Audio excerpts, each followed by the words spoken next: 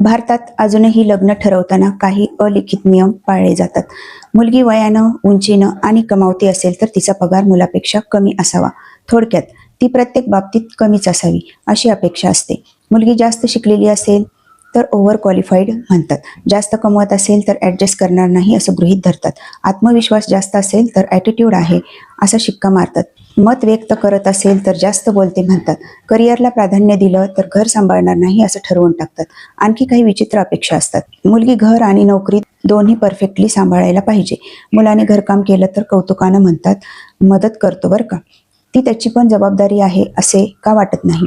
मुलीने कॉम्प्रोमाइज करावं पण मुलाकडून ॲडजस्टमेंट अपेक्षित नाही. मुलगी जास्त सक्सेसफुल असेल तर मुलाच्या इगोला धक्का बसतो. पण खरं काय आहे, लग्न म्हणजे स्पर्धा नाही. कोण मोठं कोण लहान हे सिद्ध करण्याचं ठिकाण नाही. ते एक पार्टनरशिप आहे जिथं दोघंही समान असतात, एकमेकांना रिस्पेक्ट देतात आणि एकमेकांच्या ग्रोथला सपोर्ट करतात. आजची मुलगी कमी नाही, ती कॅपेबल आहे, कॉन्फिडंट आहे आणि कम्प्लीट पण आहे. मग तिला कमी का ठरवायचं? कारण नातं टिकवायला समानता लागते. समाज अजूनही जुने रूल्स फॉलो करतो. पण आत्ता बदलाची गरज नाही का? तुमचं मत नक्की सांगा.